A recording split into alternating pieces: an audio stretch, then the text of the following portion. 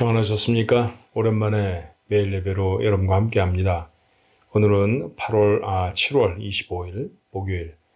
한 달이나 빨리 갈 뻔했네요. 그렇죠? 예, 7월 25일 목요일 매일 예배 기도함으로 시작하겠습니다. 은혜와 사랑이 많으신 하나님, 오늘도 하루를 주시니 감사합니다. 하나님의 마음에 합한 자로 살게 하옵소서. 주의 말씀 앞에 섭니다. 그리고 기도의 제목으로 우리의 입술에 담아 하나님 앞에 하려옵니다. 저희들의 간절한 기도에 응답하셔서 오늘 말씀대로 살아갈 능력도 허락해 주옵시고, 뿐만 아니라 우리의 삶의 저변에 있는 모든 기도의 간구들 하나님이 들으셔서 우리의 삶에 주의 도우심을 얻게 하여 주옵소서. 예배하는 저희들과 함께 하여 주시기를 소원하옵고 예수님의 이름으로 기도하옵나이다. 아멘.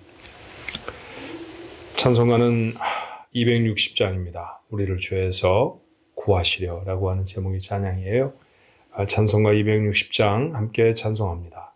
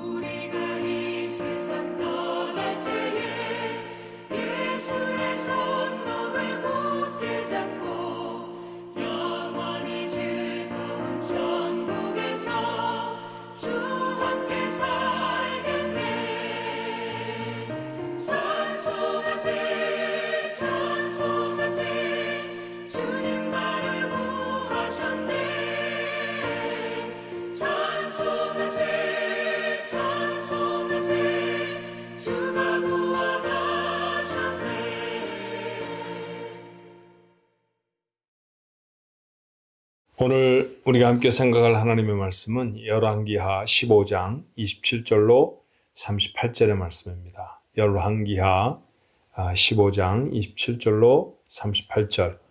우리 한 목소리로 같이 한번 읽어볼까요?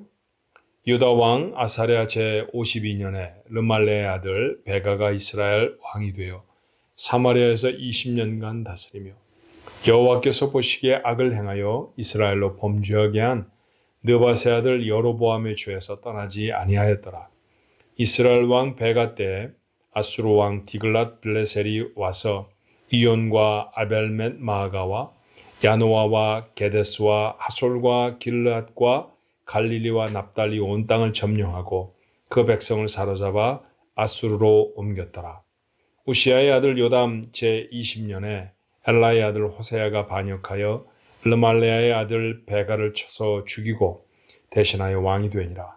베가의 남은 사족과 그가 행한 모든 일은 이스라엘 왕 역대 지략에 기록되니라.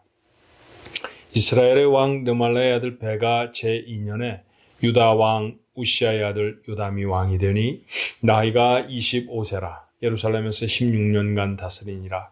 그의 어머니의 이름은 여루사라 사독의 딸이더라. 요담이 그의 아버지 우시아의 모든 행위대로 여호와께서 보시기에 정직히 행하였으나 오직 산당을 제거하지 아니하였으므로 백성이 여전히 그 산당에서 제사를 드리며 분향하였더라. 요담이 여호와의 성전의 윗문을 건축하니라. 요담의 남은 사적과 그가 행한 모든 일은 유다 왕 역대 지략에 기록되지 아니하였느냐. 그때 여호와께서 비로소 아람 왕 르신과 르말라의 아들 베가를 보내어 유다를 치게 하셨더라. 요담이 그의 조상들과 함께 잠에 그의 조상 다윗성에 조상들과 함께 장사되고 그 아들 아하스가 대신하여 왕이 되니라. 아멘. 열왕기서라고 하는 성경은 왕들의 이야기입니다. 이스라엘의 남북 왕조가 갈리워져서 북왕국 이스라엘의 왕들, 남왕국 유다의 왕들에 대한 이야기죠. 오늘 여기 말씀해 보니까 북왕국 이스라엘의 18번째 왕, 부가히야를 죽이고 왕이 된 베가라는 사람이 주덱에 기록되어 있는 사람인 것 같아요. 자, 모반으로 자기 앞서서 있던 왕을 죽였습니다. 그리고 그가 왕이 되었지만 20년간 다스린 후에는 아수르를 등에 업은 호세아라고 하는 북왕국 이스라엘의 마지막 왕입니다. 이 왕의 반역으로 그 자신도 참담하게 죽고 말죠. 반역을 해서 왕위를 찬탈을 했는데 그 자신도 그 왕위를 얼마 갖지 못했다라고 하는 사실은 우리에게 시사하는 바가 참 많아요. 자, 오늘 본문에 있는 말씀 중에 특별히 베가의 잘못은 무엇이었는지, 베가의 범죄는 어떤 것이었는지 한번 살펴볼까요? 첫 번째는 28절에 있는 말씀입니다. 성경은 그의 치적을 이렇게 평가합니다. 여호와께서 보시기에 악을 행하여 이스라엘로 범죄하게 한 느밧의 아들 여로보암의 죄에서 떠나지 아니하였더라. 이건 관용구처럼 사용되는 말씀이죠. 이스라엘 왕들이 무엇인가 잘못했다고 했을 때 여로보암의 죄에서 떠나지 아니하였다 하는 말을 접근합니다. 여로보암이 누군지 기억하시죠? 북왕국이 갈라져 나갈 때 그 첫 번째 왕이 되어졌던 사람이 바로 이 여로보암 1세입니다. 역사상 두 번째로 여로보암 2세가 등장하기 때문에 구분을 해서 여로보암 1세와 여로보암 2세로 나누어 말하는데 오늘 여기 말하는 성경이 반복해서 여로보암의 죄 그랬을 때는 첫 번 북왕국을 시작했던 여로보암 1세를 뜻하는 말이에요. 여로보암 1세가 무슨 잘못을 했을까요? 여러분 아시는 것처럼 그가 북쪽에 왕국을 세웠을 때 가장 큰 고민은 백성들의 신임을 계속해서 얻을 수 있느냐라는 것이었죠. 그런데 이스라엘에겐 절기가 있었습니다. 절기만 되어지면 이스라엘 사람들은, 남자들은 다 예루살렘에 가서 예배를 드렸죠. 그때 말로 말하면 제사를 드렸습니다. 그런데 그 예루살렘이라는 것이 갈라선 남쪽 왕국 유다에 있었던 거예요. 자기 백성들이 다 유다 땅에 가서 제사를 드리고 돌아올 때 그 백성들의 마음이 유다 왕에게 미쳐지면, 유다 왕에게 다 쏠리면 자신은 왕이 되지 못할 것이다 라고 하는 불안함이 있었습니다. 그래서 자기도 제사의 초소를 갖고 싶었어요. 그래서 제사의 초소를 만들죠. 제사장도 임의대로 선택하고 이스라엘과는 다른 절기를 선택해서 그 절기를 지키도록 합니다. 근데 여러분, 사람이 좋은 대로 마음대로 하나님을 믿는 것은 아니잖아요. 하나님을 믿는다라고 말할 때 그 내용에 있어서 하나님을 믿어야 한다는 사실도 중요하지만 하나님을 어떻게 믿어야 하는지도 하나님은 성경을 통해 우리에게 가르쳐 주셨어요. 그래서 믿음을 정의하면 이런 겁니다. 성경대로 하나님을 믿는 것, 그걸 믿음이라고 그래요. 나는 하나님을 믿으니까 내가 좋아하는 방식대로 이렇게 믿을 거야. 그건 하나님이 원하시는 게 아니죠. 자, 여로보암이 아무리 하나님을 섬긴다라고 했어도 그가 행하였던 모든 행위들은 하나님이 정하신 하나님을 섬기는, 하나님을 믿는 모습은 아니었었습니다. 그러므로 하나님은 그를 벌하시죠. 그리고 그의 죄악이 계속해서 또 다른 사람에게 임하였을 때, 또 다른 사람이 반복해 저지를 때 여로보암의 죄라고 탓을 하십니다. 그걸 우리는 이렇게 정리를 했었습니다. 비슷하기는 한데 진짜는 아닌 것. 그것을 세상에서는 사이비라고 말하죠. 맞습니다. 여로보암의 죄는 사이비 종교, 사이비 하나님을 믿는 종교를 만든 것이고요. 그리고 그 모습 때문에 많은 사람들이 하나님 앞에 온전히 나아가지 못하게 되어졌습니다. 근데 이 베가도 이스라엘의 왕답게, 답다는 말이 좀 재밌나요? 이스라엘 왕들은 대부분 다 자신의 왕조를 창건한 이 여로보암이라고 하는 사람의 죄에서 자유스러운 왕이 별로 없었어요. 그 죄에서 떠나지 아니했다. 이도 역시 사이비 종교를 옹호하고 하나님께로 백성들이 나아가지 못하게 했다라는 것입니다. 하나님께로 자신이 나아가지 않는 것도 죄고요. 왕과 같이 주도적인 자리에 있었던 사람들은 백성들이 하나님을 따르도록 해주어야 할 책무도 있었거든요. 그런데 그 사람들이 하나님을 따르지 못하게 했으니 그 죄는 결코 가볍다 할 수 없을 것입니다. 이것이 가장 중요한 그의 잘못이었어요. 두 번째 잘못은 오늘 37절에 잠깐 나타나 있는 말씀인데 37절에 본문의 말씀이 이렇죠. 그때 여호와께서 비로소 아람 왕 르신과 르말레의 아들 베가를 보내어 유다를 치게 하셨더라. 요담이라고 하는 사람이 왕이 되어져서 그 왕위를 얼마간 진행해 갔고요. 그리고 요담이 이제 죽을 때가 가까워 왔습니다. 그리고 아들 아하스가 왕이 될 그때이죠. 요담이 아주 죽었을 때였는지 아니면 아하스가 아직 왕이 된 다음이었는지는 오늘 본문의 말씀만으로는 정확하진 않죠. 어떻든 요담 왕의 아마 사역의 후반기, 거의 마지막 즈음이 되어졌을 거예요. 그때 이 북왕국의 베가라고 하는, 우리가 지금 살펴보고 있는 이 왕이 아람 왕과 결탁해서 유다를 침공합니다. 여러분, 이것은 해서는 안 되는 일이에요. 유다와 북왕국 이스라엘이 그렇게 친하지는 않았어도 외국의 군대까지 끌어들여서 형제되어진 국가를 치러내려온다는 것은 잘못된 일입니다. 그들은 지금 비록 현재 상황에서 나라가 서로 나뉘어져서 각각 북왕국, 남왕국으로 나뉘어 있지만 형제에 다름없는 사람들이거든요. 그런데 그 전쟁에 그만 이 북왕국 이스라엘 베가와 그리고 아람왕의 연합군이 승리를 합니다. 그러면 많은 사람들이 전투에 죽었다는 것이죠. 그것만 해도 안타까운 일인데 유다 사람들을 포로로 잡아서 이스라엘로 옮겨갑니다. 자, 동족을 포로로 잡아갔다. 이것은 하나님이 보시기에 옳지 않은 것이죠. 그와 같이 했을 때 그곳에서 선지자 한 사람이 일어나서 어떻게 그럴 수 있느냐? 어떻게 동족을 포로로 잡아올 수 있느냐? 그렇게 책망합니다. 그렇게 일어섰던 선지자 이름을 오뎃이라고 성경은 가르쳐줘요. 오늘 본문의 말씀은 한 절밖에 기록하고 있지 않습니다만 이 이야기를 조금 더 자세하게 기록하고 있는 성경은 역대하 28장입니다. 역대하 28장의 말씀에 보면 이 베가가 유다 사람들을 포로로 잡아온 것, 그 포로로 잡아왔던 베가의 잘못을 책망하는 선지자 오뎃의 메시지, 그리고 그 말을 들었던 사람들이 그 포로들을 자기네 경내에 들여오지 않고 도리어 그곳에서 잘 먹이고 그리고 상처를 싸매어주고 옷을 다시 입혀서 유다 땅으로 돌아가게 했다는 그런 내용들이 기록되어져 있습니다. 형제의 나라 유다를 공격한 것이 하나님이 보시기에는 베가의 잘못이었다는 것이죠. 물론 그렇게 공격해서 유다를 징벌하시려고 하는 도구로 사용할 수는 있었습니다만 포로까지 잡아오고 그들에게서 노략물을 뺏어오는 것, 이와 같은 일들은 이스라엘 왕으로서는 해서는 안 될 일을 했다는 것입니다.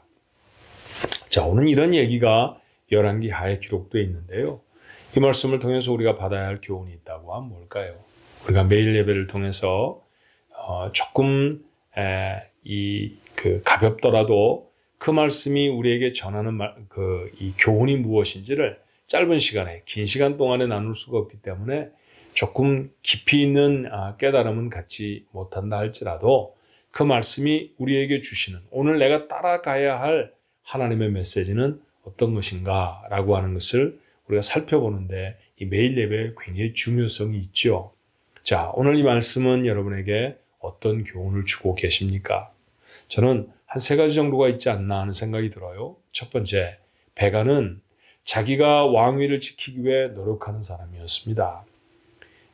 자기 왕위를 무너뜨리지 않으려고 마치 이전에 여로보암이 했던 것처럼 그렇게 사이비 종교를 만들어서 자기들 안에서 하나님을 제사한 일도 계속했었고요. 그리고 외국 군대와 결탁을 해서 형제처럼 여겨져야 했던 유다를 침공하기도 했었습니다. 물론 그가 왕이 될 때에도 앞서서 있던 왕을 살해하고 자기 자신이 왕이 되기도 했죠. 하지만 그 자신도 호세아의 손에 죽임을 당하는 비참한 인생을 갔습니다. 자, 사람에게 2가지 종류가 있는 것 같아요. 자기가 원하는 것들을 자기가 복된 삶을 살기 위해 자기가 가지고 있는 모든 수단들을 다 동원하는 사람들이 있고요. 또 한편의 사람은 하나님의 뜻을 구하며 사는 사람이 있죠. 결국에 누가 더 복된 인생을 사느냐라는 것을 성경은 우리에게 끊임없이 기록해 보여줍니다. 하나님이 원하시는 삶을 사는 사람이죠. 내 뜻을 구하는 것보다 그래서 하나님의 뜻을 구하며 사는 것이 복된 인생이 된다라고 하는 사실을 오늘 본문의 말씀을 통해 우리가 생각해 볼 수 있지 않을까 싶어요. 하루라는 시간을 여러분 사셨습니다. 또 살아가시겠죠. 무엇으로 사시겠습니까? 여러분의 뜻이 아닌 하나님의 뜻을 구함으로 사십시오. 그렇게 사는 사람에게 하늘이 내리시는 놀라운 복이 담길 줄로 믿습니다. 2번째는 하나님에게서 멀어지는 것, 잘못된 일입니다. 또 다른 사람들을 하나님에게서 멀어지게 하는 것, 이건 더 큰 잘못이죠. 베가는 그런 잘못을 했던 사람이라고 성경이 그의 치적을 평가합니다. 오늘 우리가 살아가면서도 하나님을 섬기는 사람으로 살아가야 할 것이고요. 또 다른 사람들에게 하나님을 따르는 삶이 되어지도록 그들에게 도움을 주는 삶이 되어야 합니다. 우리의 부패한 삶이나 우리의 잘못된 삶 때문에 하나님의 영광을 가린다. 그런 표현을 우리 종종 사용하죠.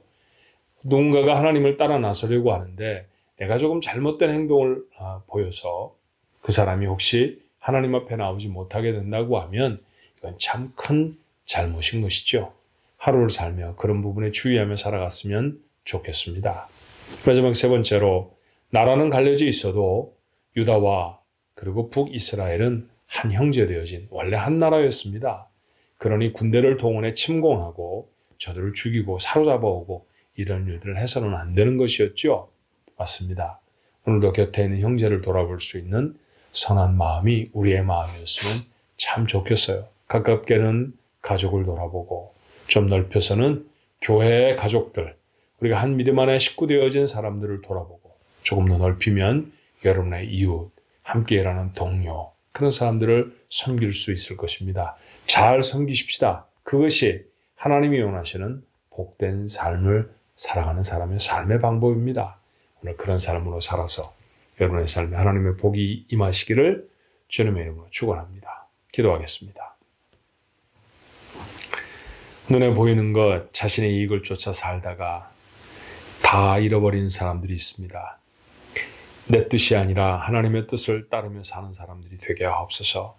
하나님의 뜻은 결국은 내게 복이 되는 것이 하나님의 뜻이었습니다. 그러니 하나님의 말씀을 깊이 묵상하고 오늘도 내게 원하시는 것이 무엇인지 물으며 그 하나님의 뜻을 이룸을 우리의 삶의 가장 중요한 목표로 삼고 하루를 살아가게 하옵소서. 그런 삶에 하나님은 복을 주실 줄로 믿습니다. 우리 자신들이 하나님을 잘 섬길 뿐만 아니라 우리의 곁에 있는 사람들이 누구든지 그들도 하나님을 잘 섬길 수 있도록 하나님 앞에 나아갈 수 있도록 그들을 하나님께로 인도하는 복된 걸음이 저희들의 삶이 되게 하여 주옵시고 간절히 원하고 기도하옵나니 함께 더불어 살게 하신 사람들 모두와 아버지 하나님 앞에 아름다운 화목의 모습을 갖게 하여 주시옵소서. 형제 사랑함이 자매를 아낌이 우리의 삶의 가장 중요한 덕이 되어질 때 하늘에 계신 하나님의 기쁨이 될 줄로 믿습니다. 하나님을 기쁘시게 하는 자가 어찌 놀라운 이 땅의 복을 받지 않겠습니까? 그렇게 복받을 만한 사람으로 살아내는 우리 가족들 모두가 되도록 하나님 함께하여 주시옵소서. 예수님의 이름으로 간절히 기도하옵나이다. 아멘.